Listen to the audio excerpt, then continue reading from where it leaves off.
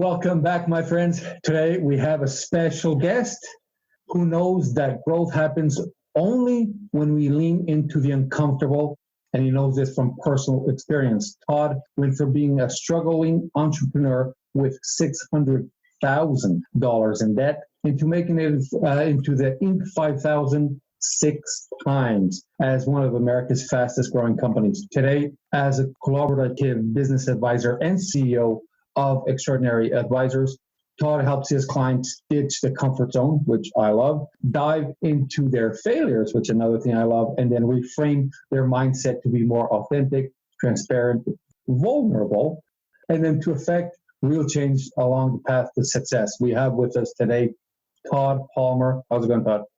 Doing great. How are you? Very good. Todd, you have a fantastic story, and of course, we're going to dig into that. And first, right off the bat, you were $600,000 in debt. Does that include mortgage debt? No, that was all business debt. And all business.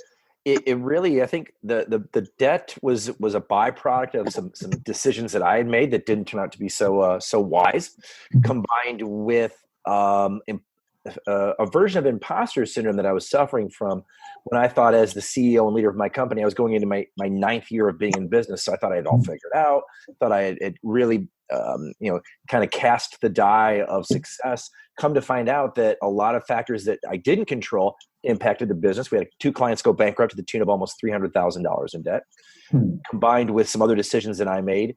And that's really that was kind of the lowest point in my professional career was, having that massive debt load. So that basically that load came from your customers going bankrupt, the customers that owed you the money? Partially, yeah, about half of it. And the other half of it was bad decisions that I was making.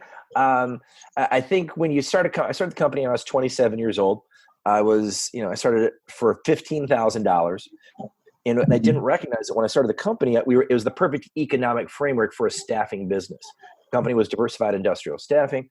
And at the time, we were doing temporary help in an economy very similar to 2019, where there were more jobs than there were people. So if I could get the people, I could get them placed. And I created a transportation arm. I would drive before there was Uber, I'd actually drive people to work, make sure that the customer needs were satisfied. So by day 72, because we were hustling and bustling, we became profitable. Well, you had that early success. At least I had that early success. So I started thinking, well, I've got this all figured out.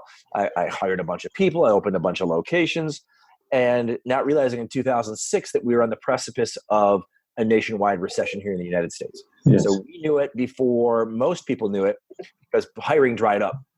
The clients that went bankrupt didn't tell us they were suffering and they weren't getting paid, or they were having their issues. They stuck us with this massive debt load. I had put money out there that I could not recoup. And essentially, the long story short is, $600,000 in debt. I was 2 months away from running out of all of my money, including losing my house, not even taking into effect that house still had a mortgage on it. And I walked in September 9th of 2006, almost to the day of this recording, and fired my entire company, and I started over. Wow. And that Diversified Industrial Staffing, so that was, from what I saw online, that was pretty decent. I saw a lot of magazines had that, your business featured in there. So you must have been doing, I guess, decent volume.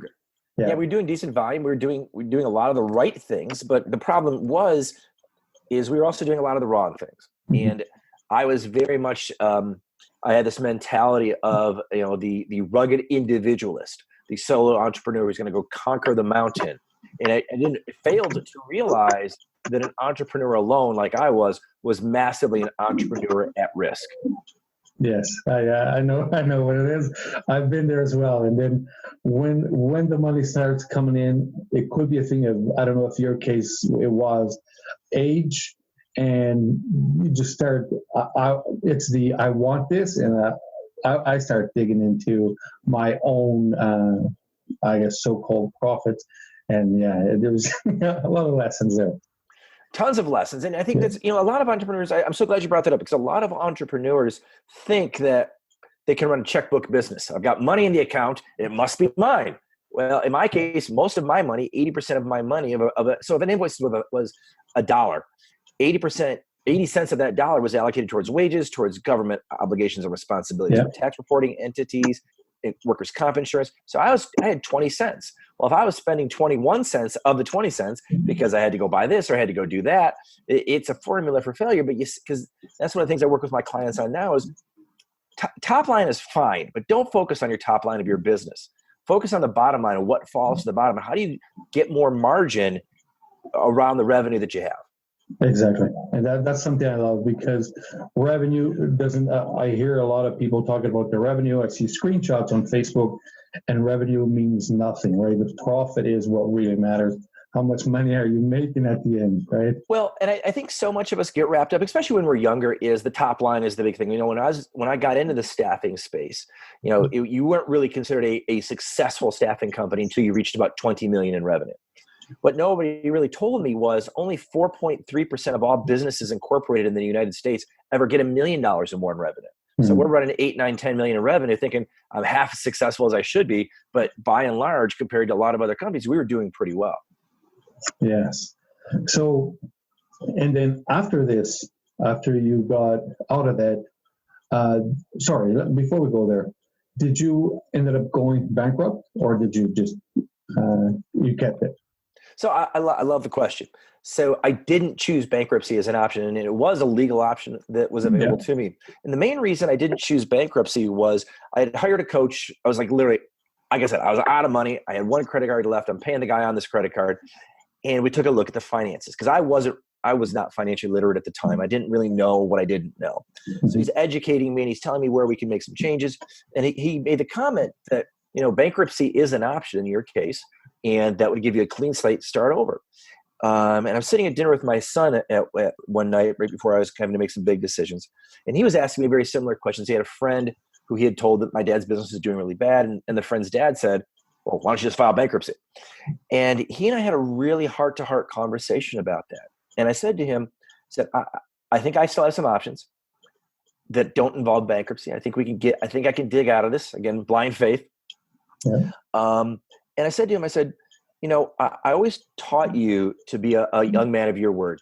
And that if you tell your teacher or your sports coach or your friends or whomever that you're going to do something, you should do it. And I want you to have honesty, and I want you to have integrity in how you live your life. So the best way I think I can do that for you is to model that behavior. The bank has taken a lot of chances on me. I need to pay them back. I have vendors who aren't going to get paid. I need to pay them back. Or I need to essentially die trying. And that was really, so the reality was I could have totally filed bankruptcy, but because of the 9-year-old kid sitting across from me at the dinner table, I just couldn't do it. Yeah. And at that point, when you decide not to declare bankruptcy, I guess your phone, email, everything must have gone crazy daily with calls from people that didn't believe in you, of course, right? Oh, my friend, you have no idea. But I'll tell you a quick story about that. My banker was just beating me up on a daily basis.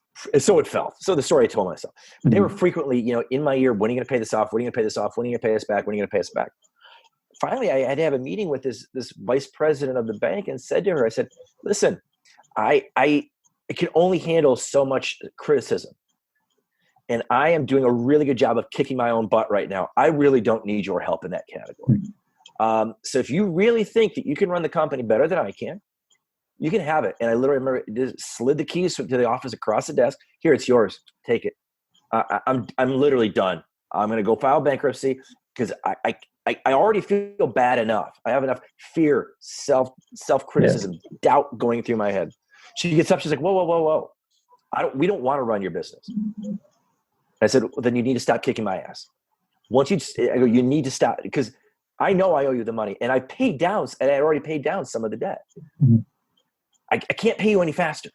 So this is what, and I said, so if you really want the business, take it. She says, no, we don't want it. I said, great. So I'll continue to run the business. And by the way, I need you to subordinate the debt. I need you to stop it. I need you to stop. The interest clock needs to stop running now, because I'm never going to get out. And oh, by the way, I need another loan. and she gave it to me, because I don't know if it's because she was just as crazy as I was. I said, subordinate this debt, and this will be such as like pruning a tree. Cut off the dead branches. I got fresh organic growth, and I showed her all the invoicing. I was very transparent in the financials. Yeah. I said, I got to satisfy this, and there's no one else who will work with me. Will you work with me? And so she created this funding program for me, and I ended up paying off all the debt, not only to the bank, but to every one of my vendors. Every penny, every dollar was paid in full. That's a funny story. Did they actually stop the interest on the original loan? Yeah, they subordinated the original loan, set it over in one box, and they gave me a new box to pull money out of. But the reality was, my kid and I were eking by. I got paid last. So everybody else got paid. The government got paid. The bank got paid. And if there was anything left, I got paid. Yeah. And a lot of entrepreneurs don't understand that when you go into business, you are essentially, in the beginning at least, you may think you're going to build the company, but really what you've done is you built yourself a freelance job. Yes. And I was getting paid last. And what it forced me to do is it forced me to look at how to operate the business differently. I started hiring different people. We started going after different clients, and we changed not only our hiring mechanisms, but our marketing mechanisms and how I ran the business with an open book management style that maybe if the bank had been a little less agreeable, I may have had to do some different things. But it was such an important opportunity for me to really lean into those uncomfortable moments, dealing with the bank and getting through those points, because I had to come home and I had to feed my kid. Yeah. Maybe there was a little bit of help there. The fact that up until, I guess, 2007, maybe 2008, anything that you would launch in Detroit pretty much could be a success, right? Up until that time. Is that right? It wasn't. Detroit's doing great today in 2019. Detroit's I think it's, if it's not the entrepreneurial capital of the world, it's one of them. In 2007, we were still very heavy automotive. Yeah. So now, but the magic we had in 2007, or in 1997 when we started, was the country was at full employment. But when the unemployment rate in Michigan got up to double digits. Yeah. So I mean, imagine this. I'm trying to do a recruiting business in a manufacturing space in Detroit, Michigan, when it's the hardest hit city in the economy during the recession. And somehow yet we made the Inc. 5000 6 times, because I had to approach it differently. I had to pivot off of it. I had to focus on my intention of getting out of the debt and my intention of reinventing the business and subordinate the expectation of exactly how to do it. I had to go to the marketplace and find out what the marketplace needed so I could satisfy those obligations. That's another impressive stat there. So getting into the Inc. 5000 6 times, this must be some sort of record, I'm guessing, not just yours, but maybe countrywide. I've seen people who, at the time, we were the first company to do it. I've seen other people who've got done well since we did it. But yeah, it was honestly pretty cool, because I had a great team that was working with me. I created a process called Hire for DNA, Not for Resume, where I was bringing a lot of people who'd never done recruiting into the recruiting business. Most of them are still in the business to this day. And, I always thought it's just easier to take a really great human being and teach them to be a great recruiter versus getting someone with average recruiting skills, maybe who didn't fit our culture, and trying to shoehorn them in. So that helped quite a bit. We found this inflection point with our business that allowed the sustainability for that 6-year run, where we found a gap in the marketplace where there was an increased demand for talent, a diminished supply due to the baby boomers retiring. And if we could capture that sweet spot, we could essentially go from being a staffing company to a full-fledged recruiter agent and take these high-end CNC machinists, high-end welders, and rep them to the marketplace, reverse engineer the piece so that we were able to really get them more money than they could have ever gotten themselves, because they didn't really know how to market themselves. Yeah. So we created this category that really didn't exist before we got there. Okay, and then this, in order to get 6 times into the Inc. 5000, was this a competition with yourself, or was it a competition with somebody else, or just simply a goal just to grow and grow? It was a competition really with ourselves. Yeah. So the way the Inc. calculator worked at that time, I'm not sure how it works now, is you had to have revenue growth year over year over a 3-year rolling period. So it was all revenue generated. So for a decade, we were one of the fastest growing companies in the world, because we had that revenue generation year over year over year over year. And I remember when we made it in, I think it was 2008 or 2009, we had grown, but we had barely grown. I remember they got the call from the editor that we'd made it. And he's like, how did you do it in Detroit in the industrial staffing space when that's like a decimated area? And we had the same conversation we're having now. And I said, I can't believe we made it. He was like, you'd be surprised at how many people who were on the list 10 years ago have gone out of business. He goes, be happy to be standing and surviving first and foremost, and to thrive in in looking at the landscape is truly remarkable. And now the business that you run now, is it the same thing and you just renamed it, or is Extraordinary Advisors something different? So I've retired from Diversified Industrial Staffing. It still exists today. I'm chairman. I don't work there. I oversee it from a distance. I've got a great staff that knows everything.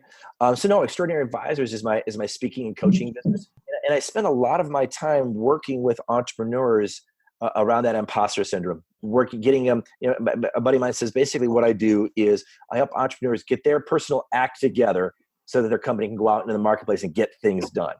And I see a lot of people in the coaching space who maybe haven't had some of the experiences that I've had or run their own business. And I spend so much time in the weeds with my entrepreneurs, getting them out of their own heads, getting them to realize that there's a lot more abundance than there is scarcity in this world. And let's go out and capture that abundance. So I want to ask you something that I've been thinking about, the imposter syndrome. Yes. Is there a opposite of that? Because it seems to me that sometimes I see exactly the opposite. The entrepreneur that started 2 days ago and now is a coach.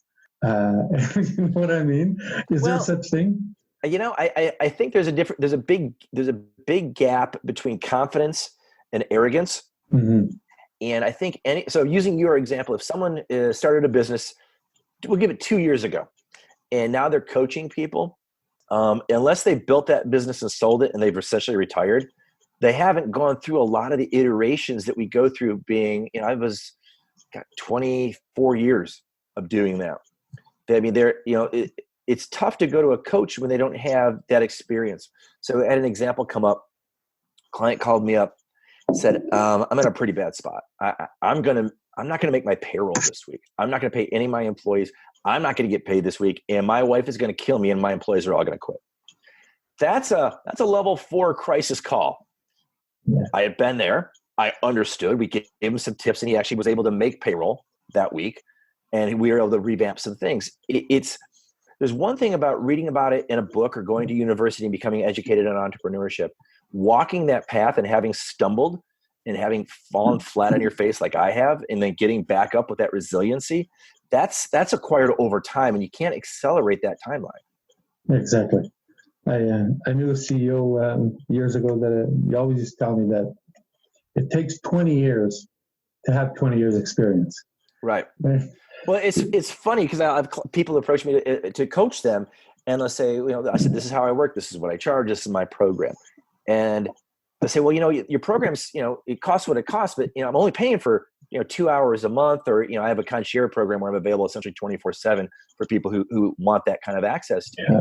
And I say, well, in that hour that you've got with me on the phone, you're getting 24 years as an entrepreneur and 27 years in the human capital space. Maybe like, I'm going to sit down and I'm going to talk quarterbacking with Tom Brady, and Tom Brady's going to charge me $10,000 for that hour.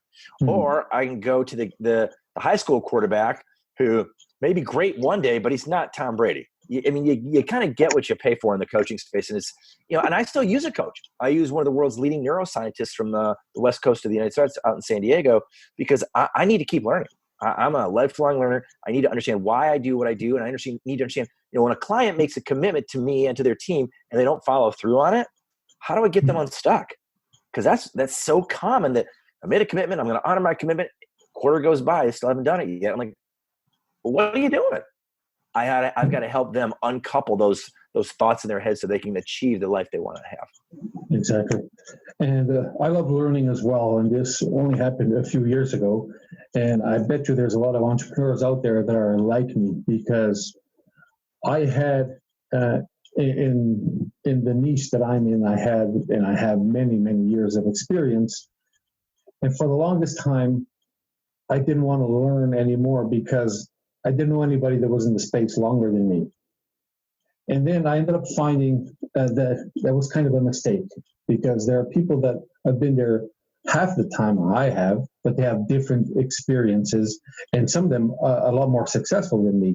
So I started learning again, and it's so fascinating that you can learn with people that, like I said, have been doing what I do for a lot less time than me, just doing it different.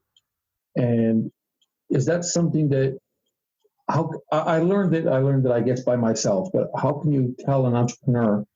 How can you explain that to them? That opening them to the learning curve, to love learning. Well, the first question and that's so funny you mentioned the learning piece of things, and that's one of the questions I ask when I'm vetting potential people to coach is, what's the last book you read?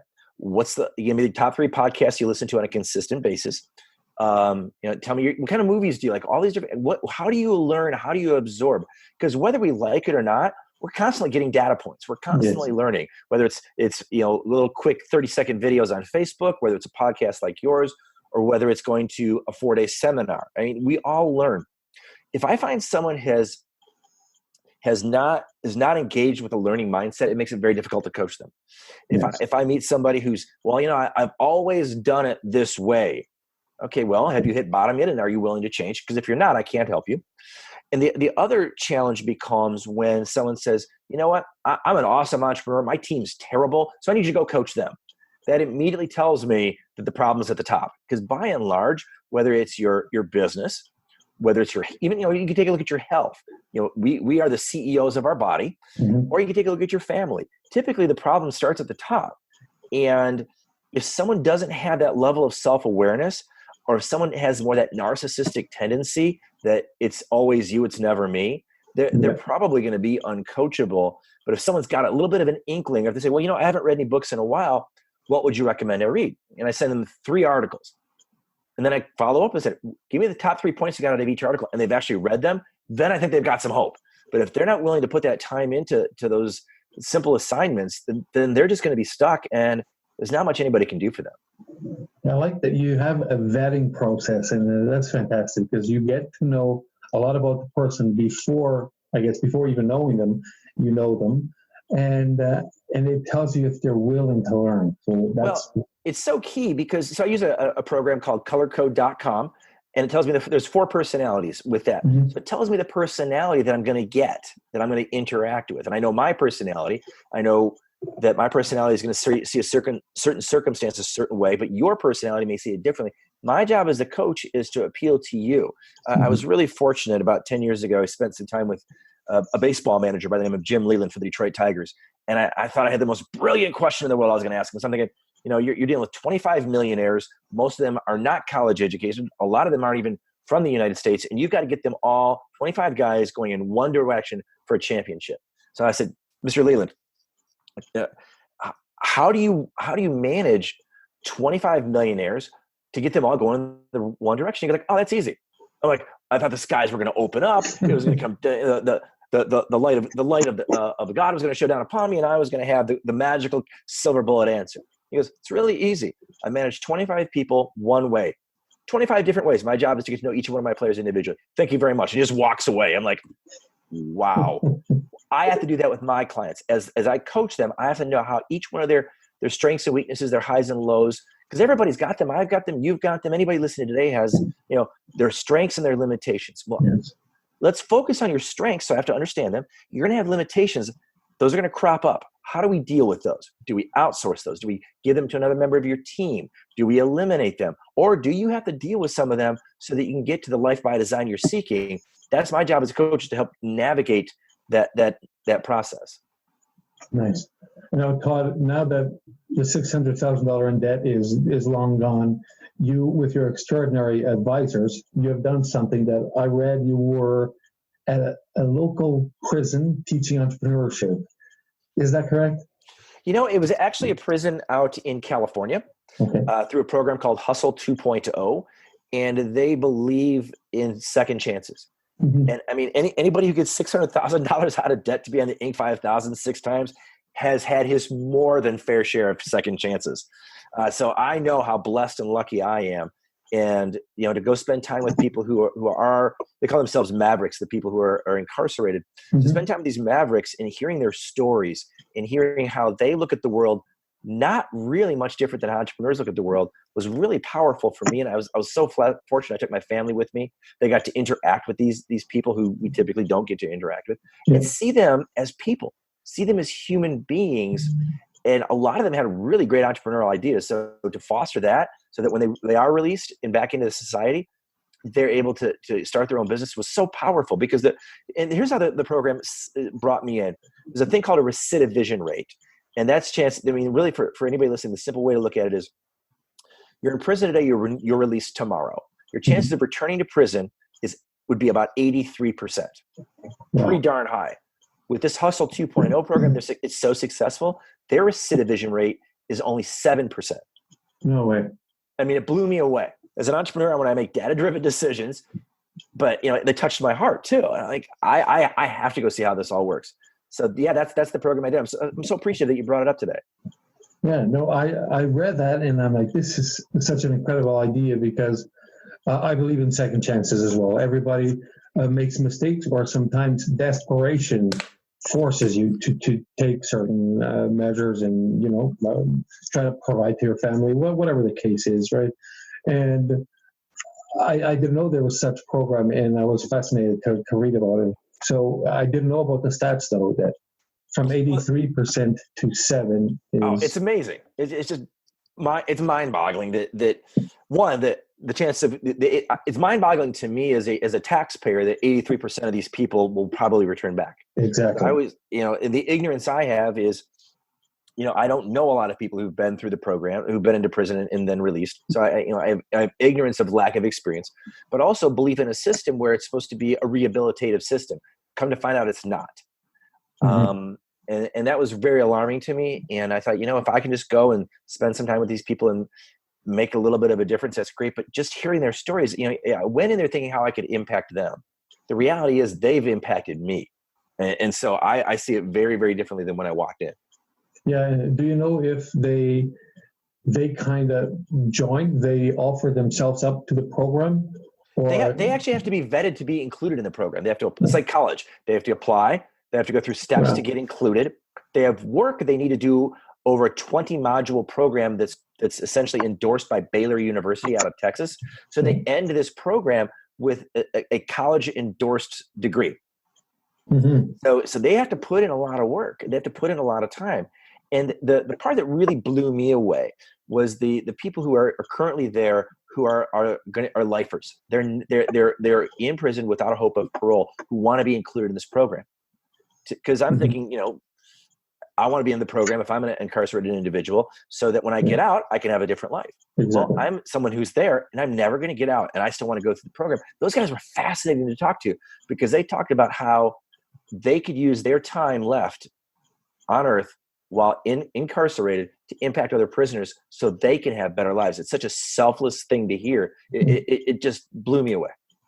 It's amazing. Yeah. And I'm surprised how the government, if they know those stats, why aren't they doing more about it? Maybe having a funding part of this, the entrepreneurship program and helping people get back into society when they're out instead of just being released and get put back in. It's one of those interesting. If you're you should definitely reach out to Kat Hoke. She's a woman who runs that program. Yeah. She might be a great guest for your program. She can tell you more of the details of why the government does not do more and how government is interlocked with big business in regards to how the system really runs. Once she shared that with me, I'm like, all right, that answers it all. So I think that's kind of a teaser for your audience that maybe if Kat comes on your program, she can outline that a little bit more. Because once I saw how the process really works and how big business is tied in with government and how these are essentially treated almost like hotels with a hotel mindset of a it's just one of those situations where the more you know, the more I knew. I shouldn't say the more you know. The more I knew, the more appalled I became. Right. Yeah. So I'll definitely get in touch with Kat Hoke, and maybe I'll get your information from you off the air after. But that's something fascinating because I knew that I didn't know the exact numbers, but I knew that the majority of the imprisoned population, when they get released after 10, 15, 20 years of being in there, society has changed, everything has changed, and they actually may feel better back where they were before because they have nothing to go to. That's such a great point. There is comfort in discomfort. Yes. And it's funny, going back to imposter syndrome, a lot of entrepreneurs are very comfortable being uncomfortable, because then when you're uncomfortable, you can say, go to the family and say, I got to put in a lot of hours, or I got to do this, or I gotta, because change is more uncomfortable than the discomfort you're currently experiencing. So I give these people, these mavericks, a lot of credit for willing to work with entrepreneurs, to lean into those uncomfortable conversations of telling us their stories of heartache and heartbreak, and owning a lot of the unfortunate choices and decisions they did make. They don't sugarcoat the reason they're in prison. They know why they're there.